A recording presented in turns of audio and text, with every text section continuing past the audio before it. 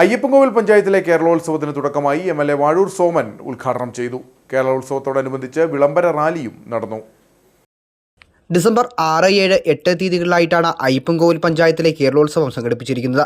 ഇതിന് മുന്നോടിയായിട്ട് ഹരിതകർമ്മ സേന അംഗങ്ങൾ, കുടുംബശ്രീ പ്രവർത്തകർ, ഗ്രാമപഞ്ചായത്ത് അംഗങ്ങൾ തുടങ്ങിയവരെ ഉൾപ്പെടുത്തി വിളംബര റാലിയും നടന്നു. തുടർന്ന് നടന്ന സമ്മേളനത്തിൽ അയ്യപ്പൻകോവിൽ ഗ്രാമപഞ്ചായത്ത് പ്രസിഡന്റ് ജെയ്മോൾ ജോൺസൺ അധ്യക്ഷയായിരുന്നു. യുവജനങ്ങളുടെ കലാപരവും സാംസ്കാരിക കായികവുമായ കഴിവുകൾ പ്രകടിപ്പിക്കുന്നതിന് വേദിയൊരുക്കുക എന്ന ലക്ഷ്യത്തോടെയാണ് കേരളോത്സവ പരിപാടികൾ സംസ്ഥാനത്തുടനീളം സംഘടിപ്പിക്കുന്നതെന്ന് എം.എൽ.എ. വാഴൂർ സോമൻ പറഞ്ഞു.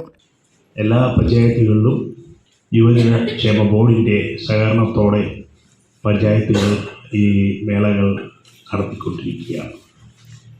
നമ്മുടെ പഞ്ചായത്തിലെ കുട്ടികൾക്ക് അവരുടെ കായിക രംഗങ്ങളിലുള്ള പ്രതിഭ തെളിയിക്കുവാനുള്ള സുവർണാവസരമാണ് ഇതിലൂടെ ലഭിക്കുക.